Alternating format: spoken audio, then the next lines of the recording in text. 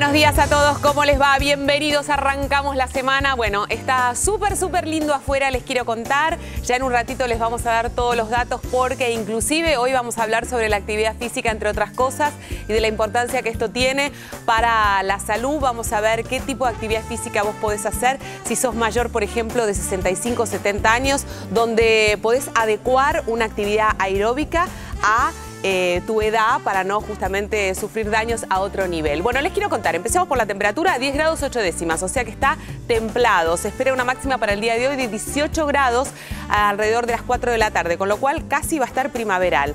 Entre otras cosas, les quiero contar que ustedes se pueden empezar a comunicar a partir de este mismo instante con nosotros, donde a nuestros teléfonos 011-4535-0705 o 0706, que tienen la posibilidad de comunicarse también a través de nuestro Facebook, www.facebook.com/Red de Salud, nuestro Twitter, @Red de Salud TV, y nuestro correo electrónico, reddesalud@tvpublica.com.ar. Está la encuesta de la semana. Empezamos hoy lunes y te estamos preguntando, en tu opinión, ¿fumar cigarrillos es?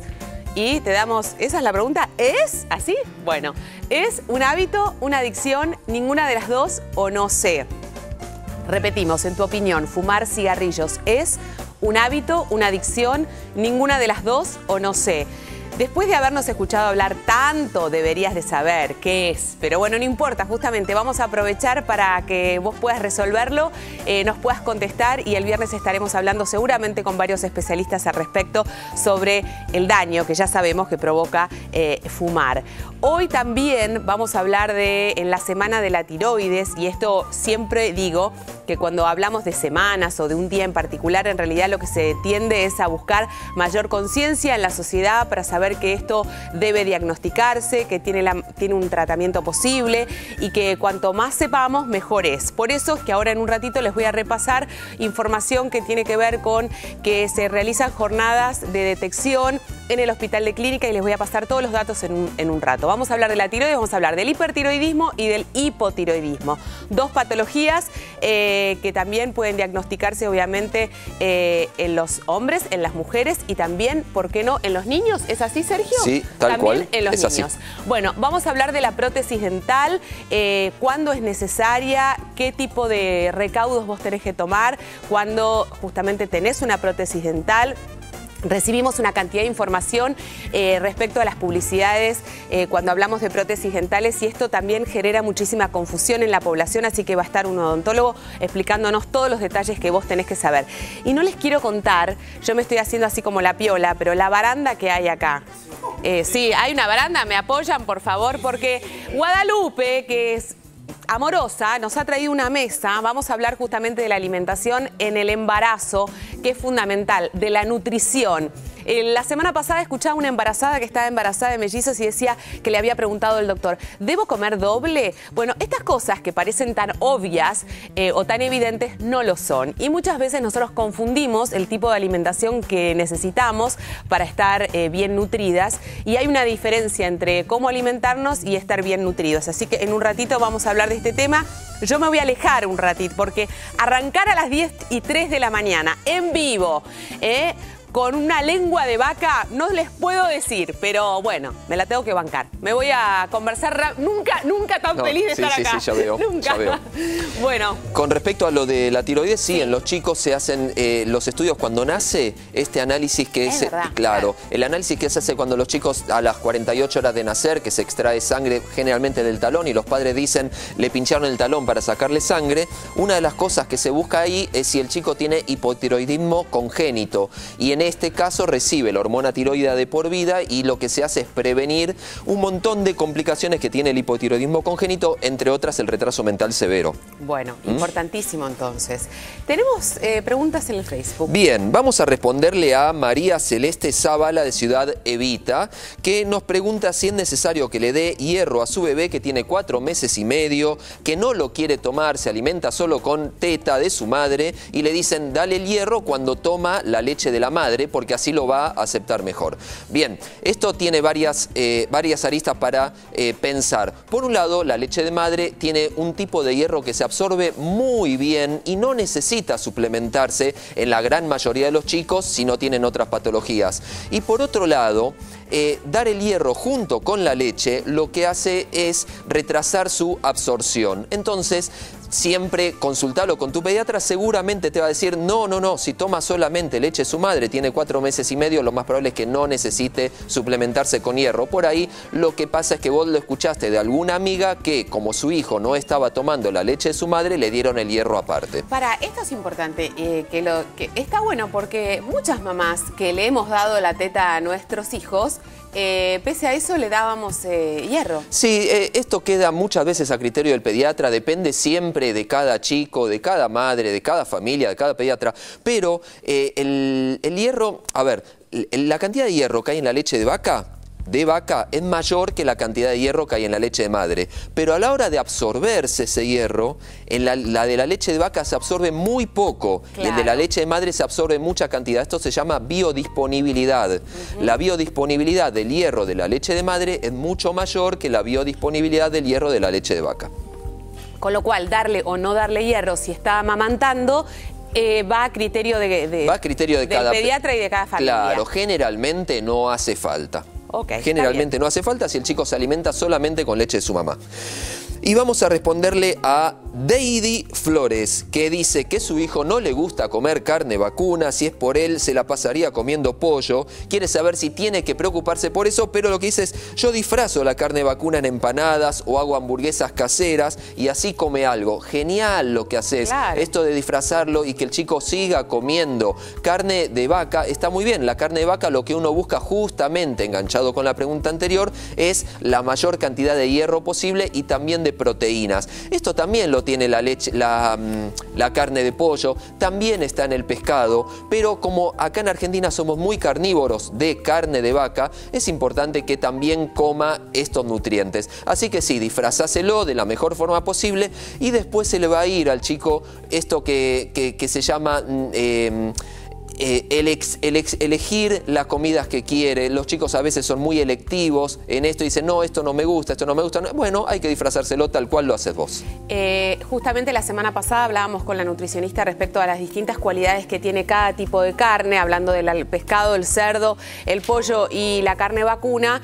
Y con una vez por semana que coma carne vacuna, ya estás cubierta. Entonces, si ya se las ingenia para hacerla en empanada, está bárbaro lo que hace Deidi. Y no te pierdas hoy lo que va a hablar la licenciada Guadalupe, porque tiene que ver también con esto. Obvio. Bueno, les quiero contar, porque uno de los temas centrales del programa de hoy tiene que ver con la enfermedad tiroidea. Entonces, les quiero decir que en el marco de esta semana de la tiroides, el 29 y el 30 de mayo de este año, en el Hospital Clínicas, se van a realizar las jornadas de detección gratuita de patología tiroidea.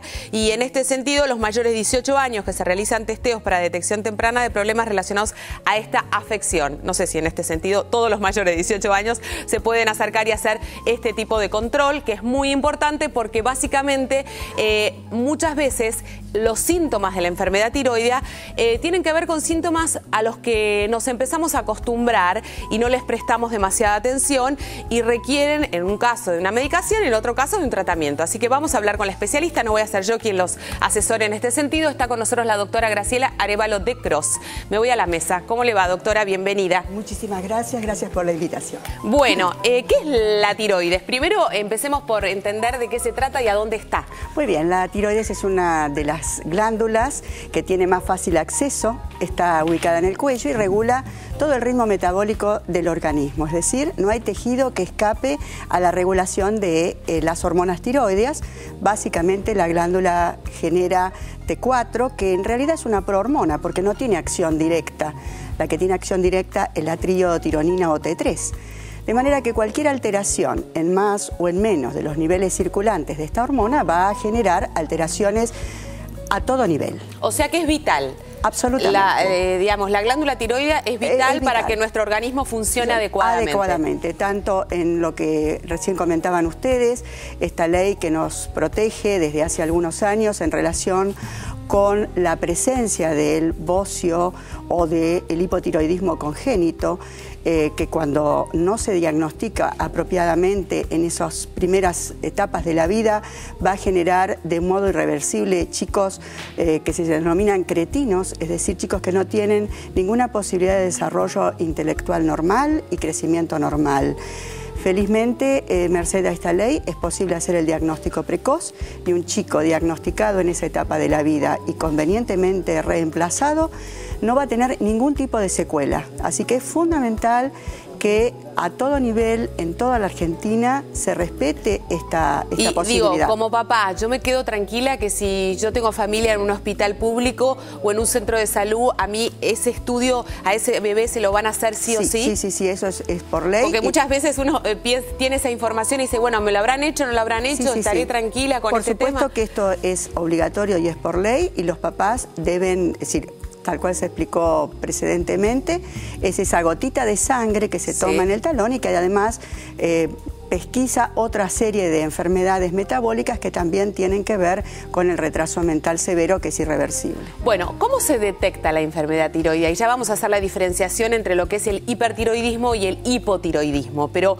¿qué podemos hacer nosotros o qué podemos sentir nosotros para ir a la consulta? Lamentablemente los síntomas de hipo y de hipertiroidismo no son tan específicos, es decir, que en realidad el que debe estar alerta es el médico de familia, el médico clínico, para hacer la pesquisa de esta alteración que puede afectar hasta el 5 al 10% de la población dependiendo de la edad y el sexo. Es mucho más frecuente en la mujer que en el varón. Sin embargo, los varones también deben estar atentos porque pueden sufrir enfermedad tiroidea. Desde el punto de vista de la anatomía, es una glándula, como les expliqué recién, de muy fácil acceso, está en el cuello, así que se toca, una maniobra muy sencilla de cualquier profesional. Nosotros en la universidad y en todas las escuelas de medicina en realidad se los enseñamos a los médicos cuando están en cuarto año, o sea, cuarto, quinto, sexto año, la residencia. Un médico clínico, un médico de familia, cualquier médico puede perfectamente palpar la tiroides y si detecta alteraciones, bueno, indicar allí una evaluación de laboratorio, porque como yo les decía antes, a veces uno asocia hipotiroidismo con obesidad o con cansancio o con edemas o con somnolencia y la verdad que son síntomas bastante inespecíficos. Entonces, y es difícil cuantificarlo, exacto, ¿no? Muchas veces decir, bueno, por ahí sí, por ahí es un momento, estaré sintiéndolo o es temporario. Y además, ustedes también mencionaron recién que como en general son enfermedades crónicas, lentamente progresivas, uno se va acostumbrando y dice, bueno, estoy cansado porque hice demasiadas cosas, estoy estresado, tiene que ver con conflictos laborales o de pareja. De modo que la pesquisa, en realidad, en lo que es salud pública, se aconseja, por ejemplo, en mujer menopáusica, hacer la detección a través de la determinación de TSH. O sea, que le piden a uno un estudio de laboratorio, exactamente, cuando uno va al ginecólogo o cuando va al médico clínico. Y de este modo uno, en general, puede orientarse en relación a si esa tiroides funciona bien o mal, sumando los antecedentes personales y familiares, teniendo en cuenta las características clínicas, un examen semiológico sencillo como es la palpación de cuello y en la duda la detección a través de la TSH, que es la tirotrofina, es la hormona que generada en la hipófisis regula a la tiroides y eventualmente, si conviene, también la detección de anticuerpos. Los anticuerpos normalmente los generamos para defendernos de virus, bacterias, tejidos extraños. Pero en algunas personas hay predisposición para generar anticuerpos contra tejido propio, por ejemplo, contra tiroides. Claro. Y en este caso van a afectar el funcionamiento de la glándula, pueden llevar al hipotiroidismo o al hipertiroidismo o pueden generar patología anatómica, morfológica, pueden generar aumento de tamaño de la tiroides y a esto se lo denomina bocio. Claro. A veces con formación. Esta sensación que tiene es el cuello ensanchado, ¿no? Sí, no necesariamente. No necesariamente. A veces uno no observa todavía la glándula agrandada, pero la palpación de cuello permite que uno entrenado en esta palpación, Obvio, detecte alteraciones. Bueno, ¿qué es el hipotiroidismo? Y, digamos, hablando de los síntomas inespecíficos o que no se repiten en todos los individuos por igual, algunos pueden sentir una cosa, otros pueden sentir otro, me parece de todas maneras importante que los mencionemos, porque, digo, siempre uno tiene una sensación y por ahí un análisis de laboratorio a uno le permite llegar al diagnóstico, ¿no? Exactamente. El hipotiroidismo es lejos la patología funcional tiroidea más frecuente, más común, que se puede ir instalando solapadamente. La mayoría de los pacientes con hipotiroidismo tienen un hipotiroidismo subclínico, es decir, con valores de T3 y T4 todavía normales. Claro. Por eso nosotros insistimos mucho ya en los estudiantes de medicina y luego cada vez que tenemos la oportunidad, que para hacer pesquisa de enfermedad tiroidea funcional lo que tenemos que medir es TSH, porque la mayoría de los pacientes tienen elevado el nivel de TSH para lo que es el rango referido como normal, y esto ya nos está indicando que la cantidad de hormona generada por la glándula no es adecuada. Fenómeno. Esto Entonces, es importantísimo. Porque este es el diagnóstico. Sí, obvio, obvio. Ahora, ¿cuáles son los síntomas? ¿Cuándo uno puede sospechar patología tiroidea?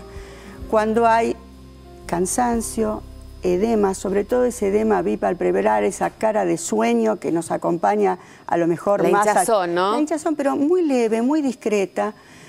A veces nosotros lo notamos en personas que están altamente entrenadas, por ejemplo, profesionales, que de pronto les cuesta recordar el número de un artículo o relacionar rápidamente dos datos, y este enlentecimiento, que es su propia medida, también puede ser un dato a favor de ir a buscar patología tiroidea.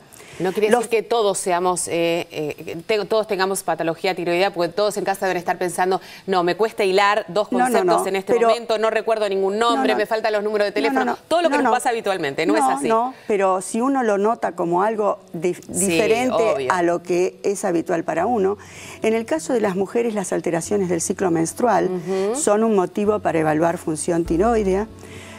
En las personas de mediana edad, a veces con una dieta apropiada, los niveles de colesterol y de triglicéridos no son los apropiados, entonces uno pesquisa y descarta patología tiroidea. Que una vez que uno tiene este diagnóstico, gracias a Dios, porque cuando uno llega al diagnóstico los cambios son radicales. Exactamente. Porque estos síntomas inespecíficos de la que la doctora habla, a los que uno lamentablemente se empieza a acostumbrar, cuando llega el diagnóstico y se llega a la medicación adecuada, cambia sustancialmente. Nosotros no tenemos la posibilidad de curar. Como los médicos que hacemos clínica de patología crónica estamos ya habituados a saber que lo que hacemos es control. Pero la verdad es que la hormona tiroidea bien envasada es de uso oral, diario. Como les comenté antes, es una prohormona, es decir, no tiene un efecto inmediato, con lo cual la verdad es que se tolera muy, muy bien. Y es el tejido el que se ocupa de generar cada día la cantidad de hormona activa, que es la triiodotironina, necesaria. O sea que se toma el tratamiento, es el suplemento de la hormona tiroidea. Simplemente lo que cada persona necesita para llegar al punto de equilibrio.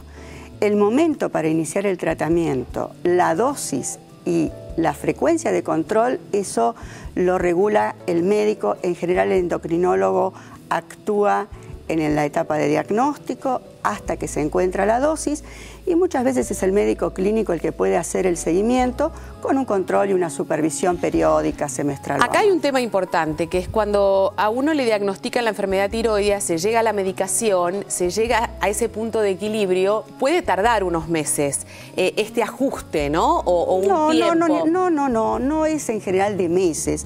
En general en 4 a 6 semanas, dependiendo de la condición, uno puede hacer una primera evaluación y luego ajusta mínimamente. En general no es difícil.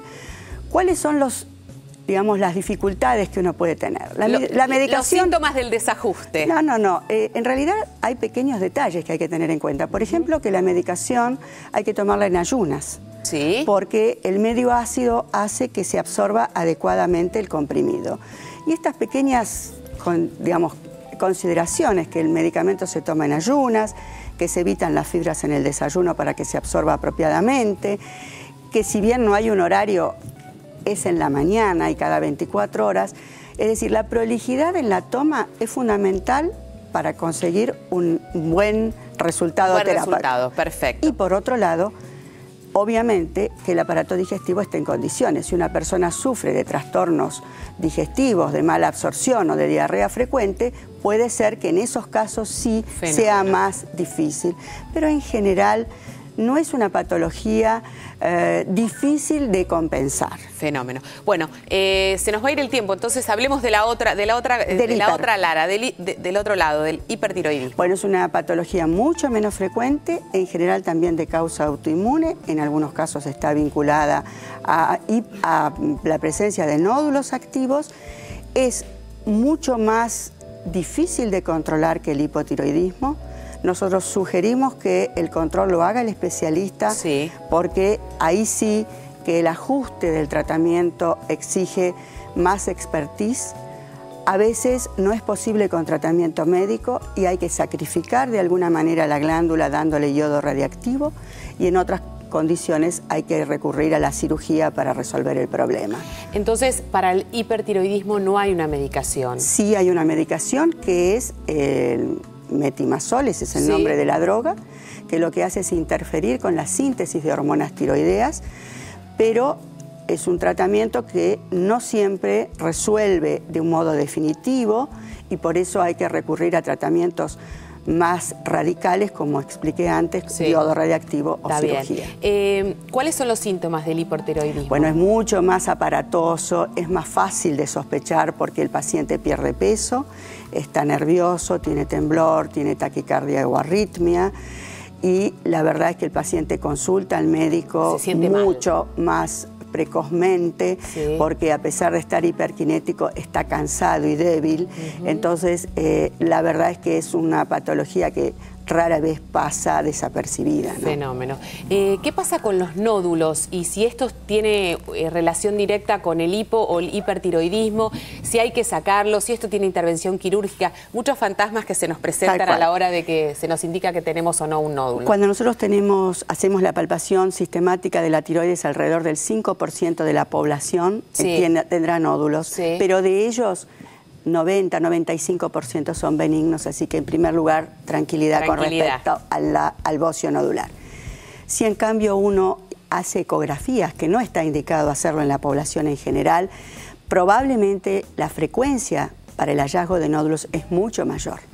Los aparatos hacen que uno vea nodulitos de 2-3 milímetros que no tienen ninguna importancia. Fenómeno. Entonces, lo importante para los médicos es definir cuáles son los nódulos que realmente son de riesgo porque pueden tener un cáncer, que felizmente también el cáncer de tiroides es un cáncer diferenciado, en general más del 80-90% se cura con la cirugía, a veces recurrimos a yodo radiactivo para terminar el tratamiento, es decir, si bien de buen pronóstico, por supuesto que tenemos que hacer el diagnóstico. Y es el médico, entonces, endocrinólogo, junto con el médico clínico, el que le van a definir cuáles de esos nódulos deben ser abordados con una punción, y es la punción biopsia la que en general arrima un diagnóstico de presunción suficiente como para tomar una decisión por si hay alguna enfermedad maligna. Bueno, esto es importantísimo, saber que la ecografía no está, no está aconsejada para toda la población, porque ahí vamos a descubrir seguramente una cantidad de cosas que solamente con la palpación no lo haríamos y nos estamos preocupando por demás. Esto me parece que es un concepto muy interesante para aquellas personas que tienen diagnóstico de este tipo. Tenemos que hacer la primera pausa, pero la doctora se queda porque en general cuando hablamos de estos temas surgen una cantidad de consultas, así que va a estar justamente disponible para responderlas. 011-4535-0705 o 0706. Hacemos una pequeñísima pausa. Ya estamos de vuelta.